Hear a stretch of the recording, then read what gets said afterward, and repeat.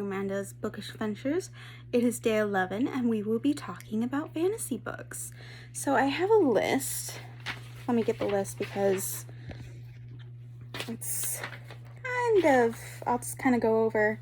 So some fantasy books I read was Shadow and Bone, and I was able to read Siege and Storm. So for Shadow and Bone, I gave 5 stars. And for Siege and Storm, I gave it 4 stars, and Shadow and Bone has a Netflix original out. So this is what it says on Goodreads. The once great nation of Raqqa has been torn into two by the shadow fold path of swath, or near, I probably spelled that wrong, I'm just going to say path.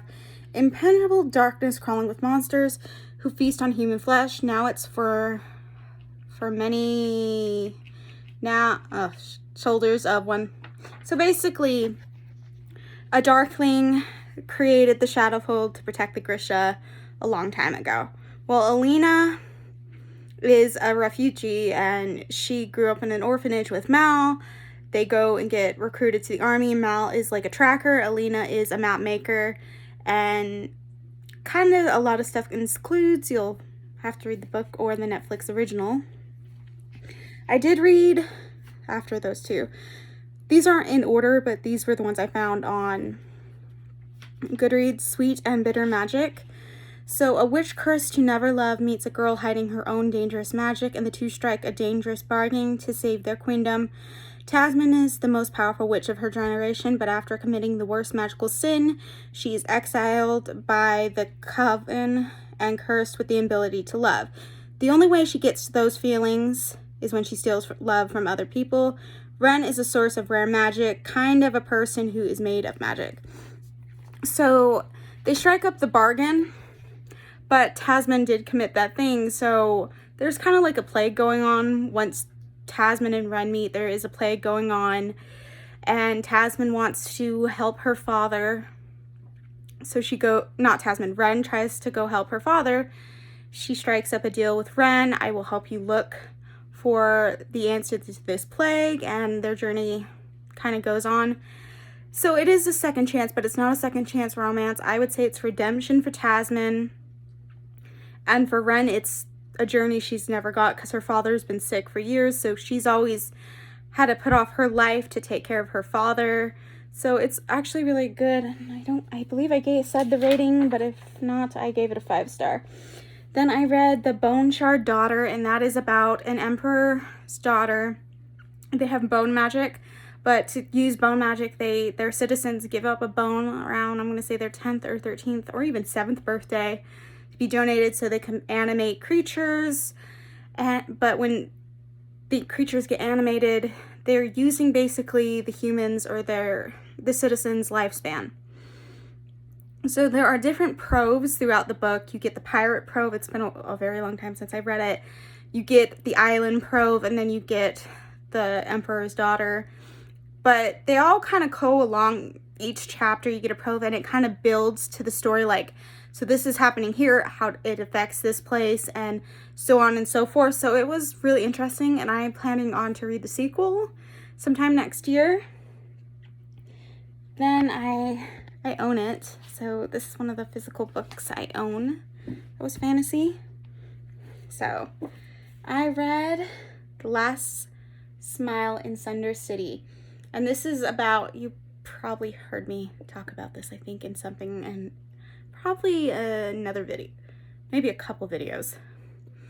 Welcome to Sunder City. The magic is gone, but the monsters remain. I am Fetch Phillips, just like it says on the window. There are a few things you should know before you hire me. Sobriety costs extra. My services are confidential. I don't work for humans. So he was basically from where originally he was only in a human city. So he has memories of these creatures, and when he gets out of the human city, he discovers the creatures are real. So he goes to Sunder City. And there's like 2 different timelines. Like you get the current timeline when you start the book of what happened after the magic is gone. Creatures are kind of stuck like mid-transformation, like a werewolf is like half wolf, half human, kind of. You have dragons that don't have wings, you have gnomes without magic. There is no magic left in the city. So it's very interesting to see, and he's trying to help the supernaturals.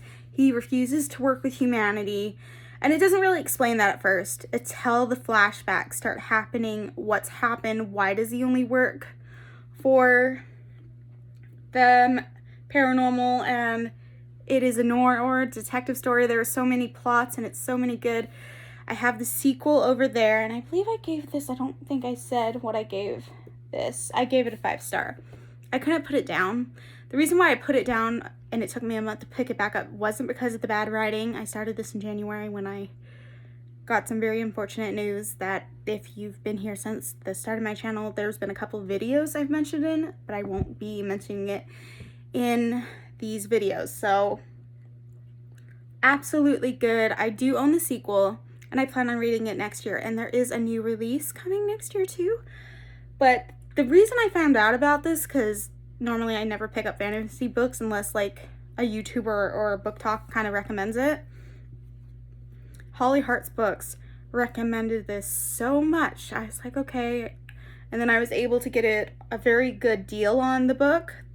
And then I was able to get, well, I paid full price for the second, but it is an absolutely good series, and I recommend the first one. Get your thoughts. And then, sorry, I have a cold, so if you see the holes in my mouth, try not to cough.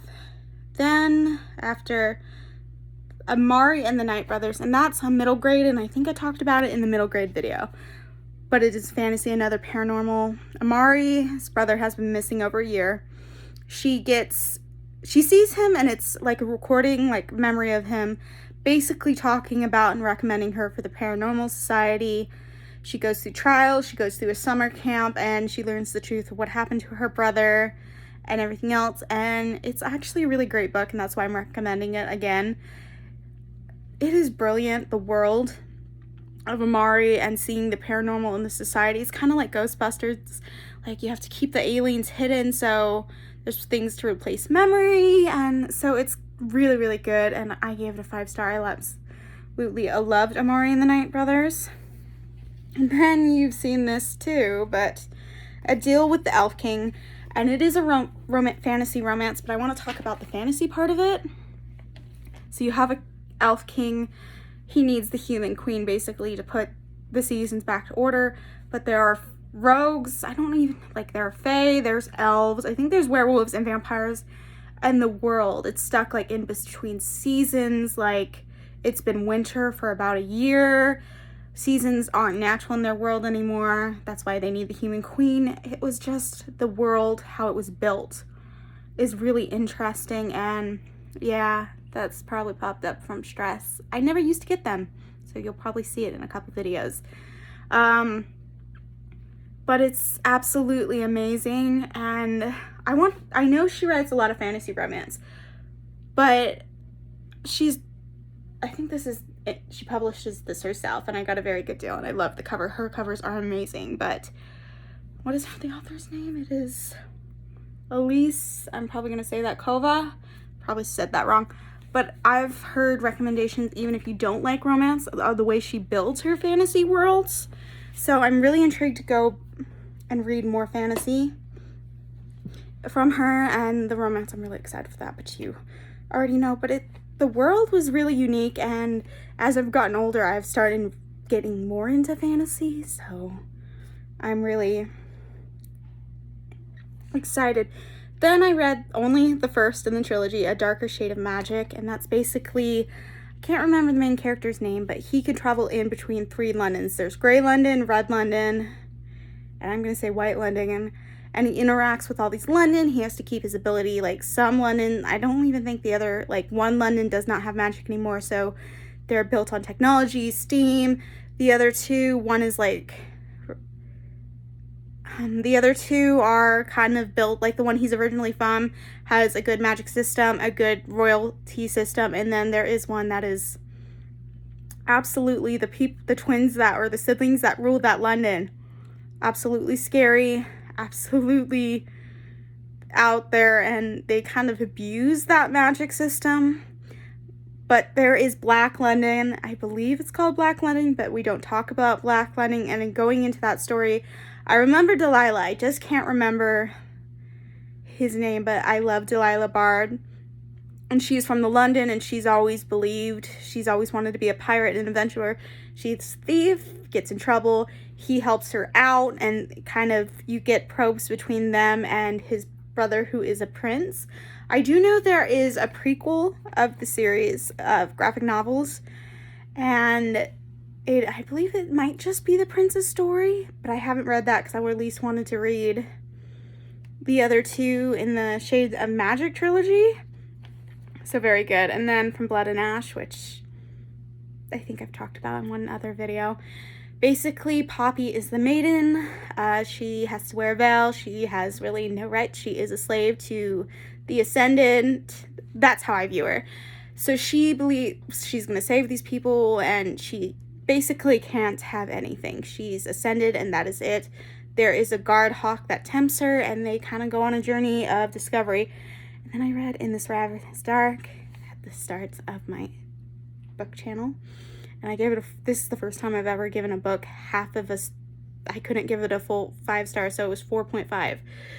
It is basically blood magic. There are bloodlines. I can't remember, it's been so long, but I can't remember the main character. It is polyamorous, and I loved how both the love interests, like, we just want you love. They go through the story about the dead kingdom, and basically blood mages have to have like a soul of a hero who's basically, they're on a leash. They kind of control them. They can take over their body. They can deal out punishments that the king commands. So it was a very interesting series, and I know it is a standalone, but I'm definitely going to reread it next year. But I would actually really love it if there was like a sequel, maybe a prequel, or more into that world. It doesn't even have to deal with the characters, even though I love those characters and can't remember. It's been so long.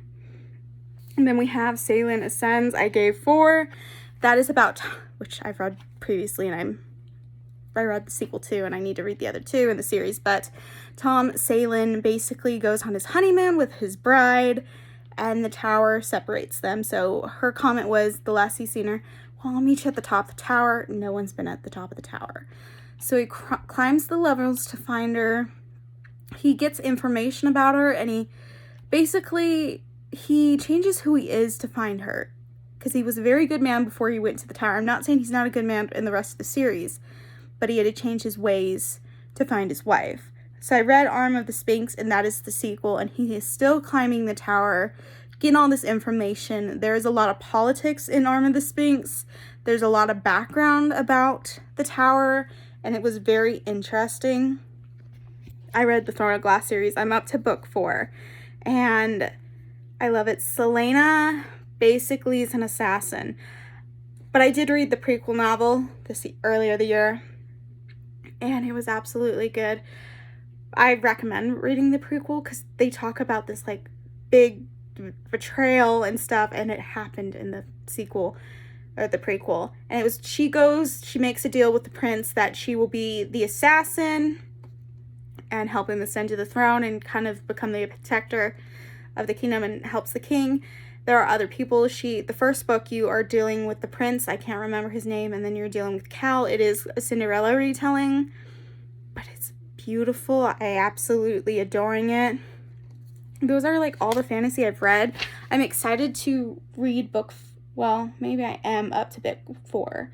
So even though I've read 4 books, because I read the prequel, the first one, the second one, and the third one, so that is 4 books, but I'm on book 4 now, and I can't wait to finish the series. I'm currently also, I think I've mentioned this, rereading the Court of Rose and Thorn series, so I'm back up to book 2. Funny thing about this, and I'm pretty sure I read it this year, but I was currently reading it Christmas, and then we had last year, and we had a lot of,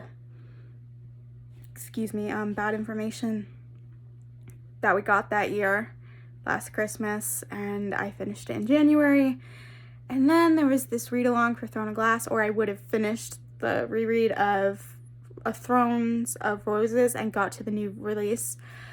But there was a read-through, and I think they only got to book 2.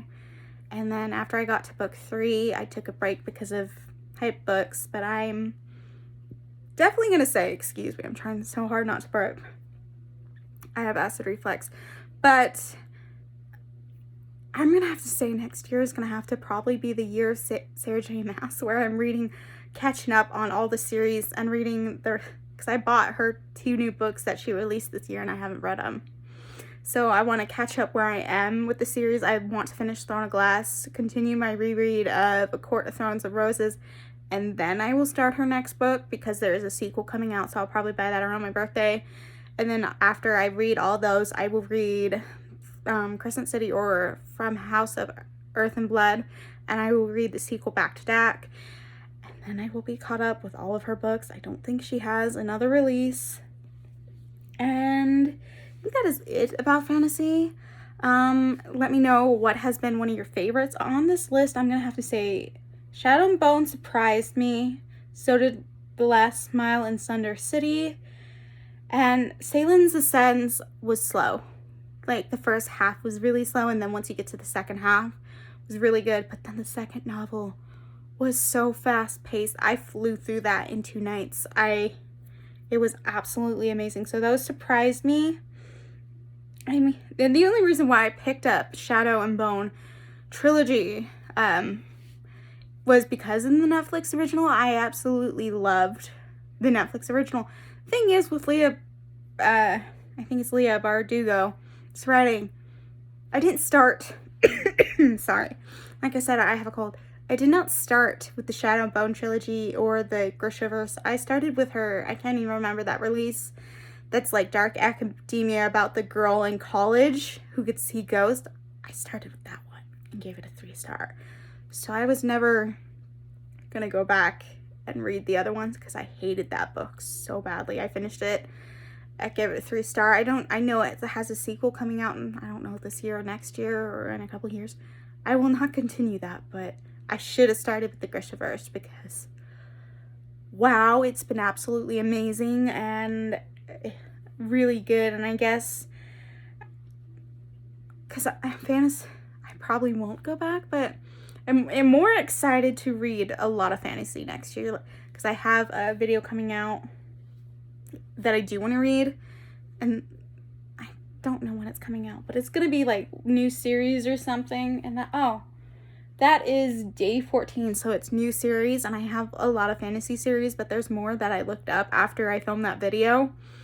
There's some more series I want to read, so I'm definitely going to be reading a lot of fantasy next year. All right, I think I've probably said this before I rambled off. Please tell me your favorite fantasy of the year or a fantasy that surprised you. Please comment down below. Thank you for watching day 11 of Bookmas, and I will see you in the next one. Bye!